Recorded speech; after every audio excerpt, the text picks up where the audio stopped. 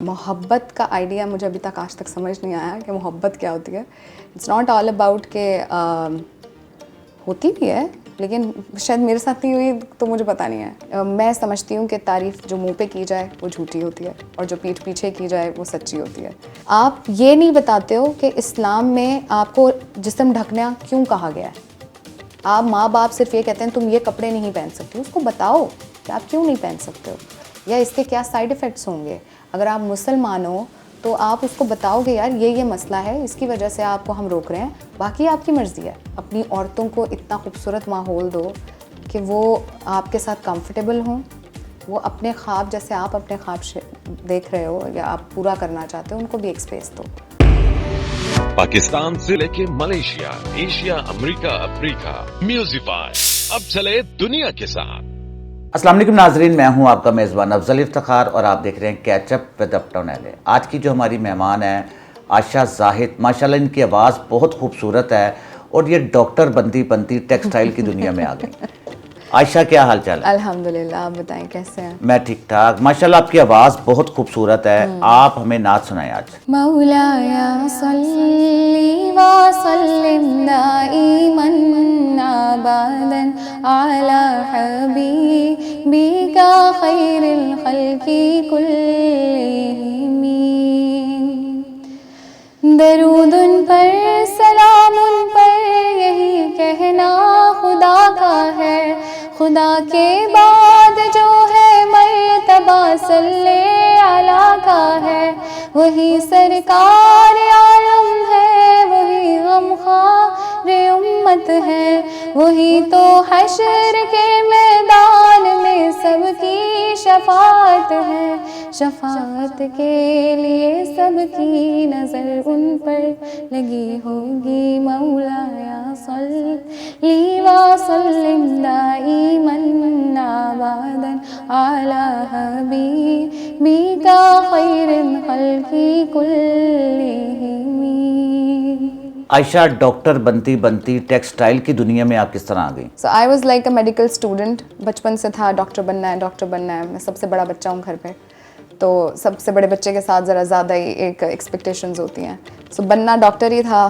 फिर मेरिट पे नहीं आए, फिर सोचा चले CS कर लेते हैं। किसी ने कहा कि क्योंकि डॉक्टर के अलावा और कोई field to be very honest पता भी नहीं थी तब, तो किसी ने कहा CS कर लें। CS किया, 2 सेमेस्टर्स के बाद पता लगा कि that's not my cup of T. फिर BBA में ट्रांसफ़र लिया। जब मैंने BBA में ट्रांसफ़र लिया तो BBA में ट्रांसफ़र के बाद मेरे बाबा बेसिकली ही is from the textile industry, तो उन्होंने कहा कि अगर मार्केटिंग में आना है तो it's like a good, really good opportunity for you अगर आप टेक्सटाइल को चूज़ करते हो। मुस्तकबिल में क्या करना चाहती हैं? मुस्तकबिल के काफ़ी कुछ प्लान्स हैं। उसमें एक तो पढ़ने का है कि क्योंकि अभी तक मैंने सिर्फ बैचलर्स ऑफ मार्केटिंग किया हुआ है अब, लेकिन for like EMBA specifically and data analytics and textile management, उसमें मुझे 3 years ऑफ एक्सपीरियंस रिक्वायर्ड है और एलिजिबिलिटी क्राइटेरिया पे EMBA के लिए। सो वो मैं फ़ॉरेन से करूँगी, यहाँ से नहीं करना। आयशा, दुल्हन का बनना आपने? वेल आपने तो कहते हैं ना कि एक बहुत सेंसिटिव टॉपिक है ये मेरे लिए। दुल्हन बनने का फ़िलहाल मेरा कोई इरादा नहीं है। बनेंगे, ऐसा नहीं है कि मैंने कभी प्लान नहीं किया, बट कुछ रिक्वायरमेंट्स हैं, वो उस रिक्वायरमेंट को पूरा करने वाला कोई मिला नहीं आज तक, तो अगर मिल जाता है तो व्हाई नॉट, लेकिन फ़िलहाल के लिए मेरा कोई प्लान नहीं है। लव मैरिज या अरेंज मैरिज? अब मैं स्पेसिफिक किसी चीज़ को नहीं कहूँगी, ना लव हो ना अरेंज हो। इसका मुझे बेसिकली एक आप डिफरेंस कहें तो वो भी नहीं मुझे समझ आता। मेरे ख्याल से अगर आप अरेंज मैरिज भी कर रहे हो तो नॉट जस्ट डाइव इन, ठीक है, कि अच्छा जी आपके पेरेंट्स ने दिखा दिया और अब आपको करनी है।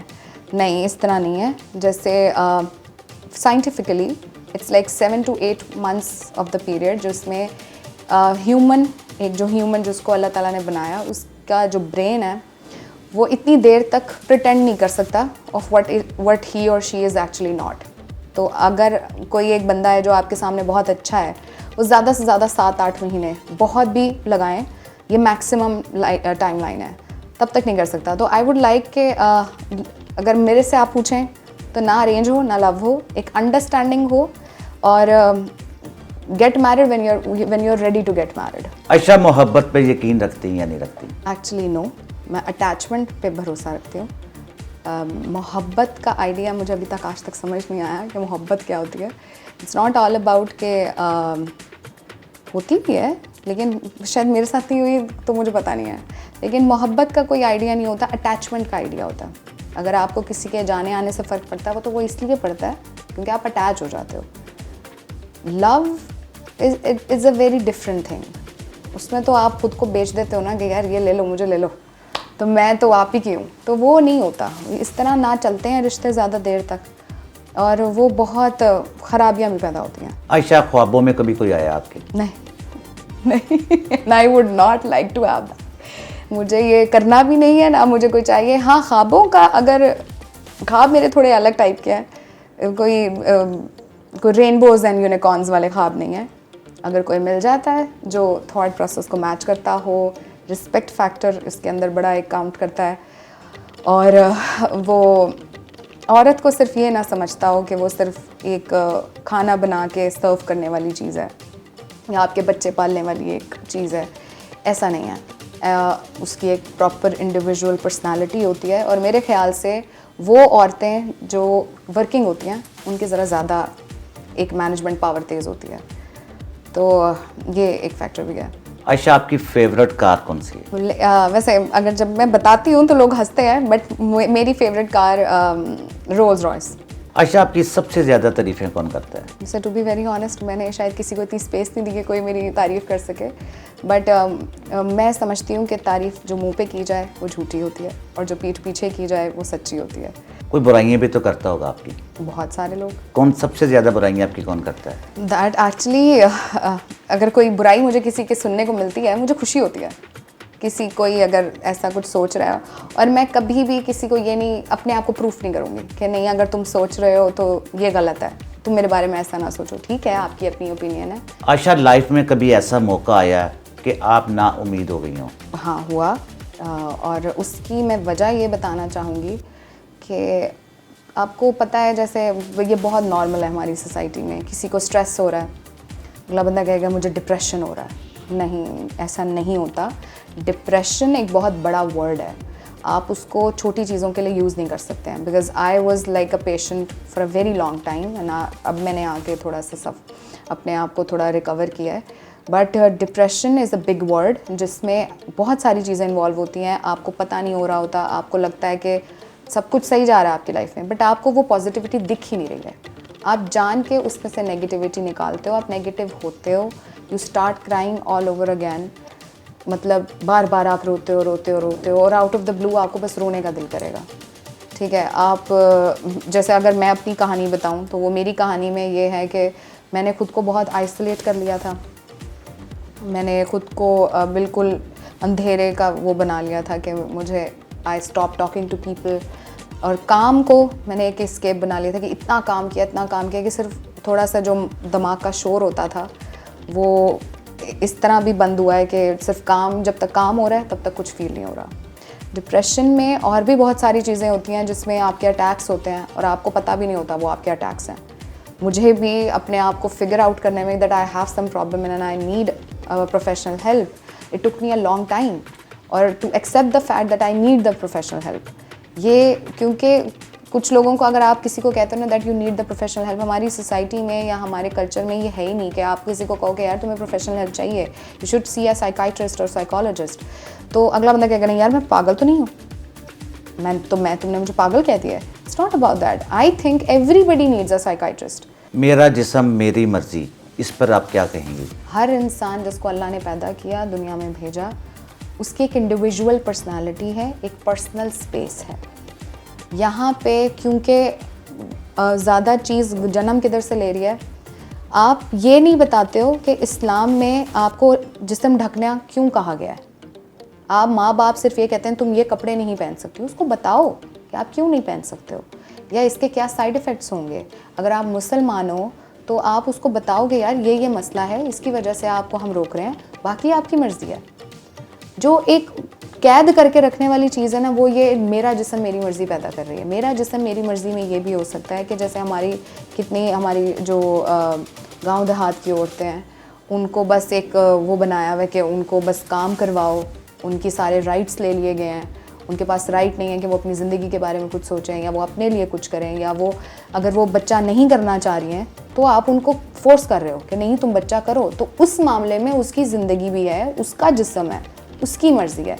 ये नहीं है कि आपने टैटू बनवाना है तो ये आपका जिस्म है तो आपकी मर्ज़ी है, ठीक है, आपने ये कपड़े पहनने हैं तो ये आपकी मर्ज़ी है। इक्वालिटी तो एक सर्टेन लेवल तक आ ही नहीं सकती है। अल्लाह ताला ने बनाया ही डिफरेंट है, मर्द को और औरत को डिफरेंट बनाया है, बट पर्सनल स्पेस होती है, हर बंदे की होती है, औरत की भी होनी चाहिए। आप उस पर्सनल स्पेस को ना, औरत मर्द की पर्सनल स्पेस को एक जहाँ पे वो अपने बारे में सोचे, या जहाँ वो उसका ठीक है, उसको भी एक चाहिए, उसका भी एक लाइफ है ना, औरत की आप डिस्टर्ब करो। इक्वालिटी में ये चीज़ भी आ जाती है कि अगर लड़का CEO है, जैसे कि किसी ने, सबको पता होगा ये किसने बोला है, तो CEO अगर एक लड़का हो के उससे ये नहीं सवाल किया जा रहा कि तुम बच्चे कैसे पाल रहे हो या उससे कि तुम घर कैसे मैनेज कर रहे हो, तो औरत को भी उसकी चीज़ों को ज़्यादा ना किया जाए कि तुम अगर CEO बन रही हो, तुम बच्चे नहीं पाल रही हो, तुम घर में खाना नहीं बना रही हो, तुम नहीं बना रही हो।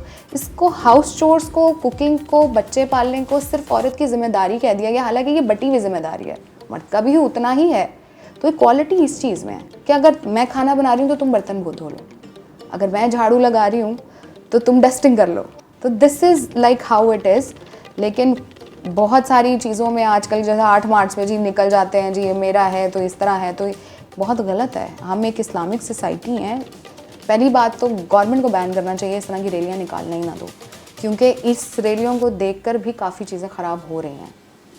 अगर आपका कोई प्रॉब्लम है तो सोशल मीडिया आपका एक अलग प्लेटफॉर्म है, आप उस पर बताओ, उस पर आपको फ्रीडम ऑफ स्पीच है। सड़कों पे निकल के इस तरह की बात करना मेरा नहीं ख्याल कि ठीक है। आशा, जो आपका इंटरव्यू सुन रहे हैं, कोई पैगाम देना चाहेंगे उनको आप? अगर जो लड़कियां सुन रही हैं उनके लिए ये पैगाम है कि just be financially independent regardless of the situation, कि तुम्हारे बाप के पास कितना पैसा है, तुम्हारे भाई के पास कितना है, या तुम्हारे मियाँ के पास कितना है। 20,000 कमाओ, लेकिन कमाओ ज़रूर, क्योंकि नहीं पता होता किसी की ज़िंदगी का। और जो बाकी मर्द हजरात सुन रहे हैं, थोड़ा सा आप अपने इर्द गिर्द अपनी औरतों को इतना खूबसूरत माहौल दो कि वो आपके साथ कंफर्टेबल हों, वो अपने ख्वाब जैसे आप अपने ख्वाब देख रहे हो या आप पूरा करना चाहते हो, उनको भी एक स्पेस दो। आयशा, बहुत बहुत शुक्रिया कि आपने हमारे प्रोग्राम में शिरकत की, और उम्मीद है कि आपको हमारे प्रोग्राम में मज़ा भी आया होगा। इसी के साथ अपने मेज़बान अफजल इफ्तिखार और आयशा जाहिद को इजाज़त दीजिए। अल्लाह हाफिज़। अल्लाह हाफिज़।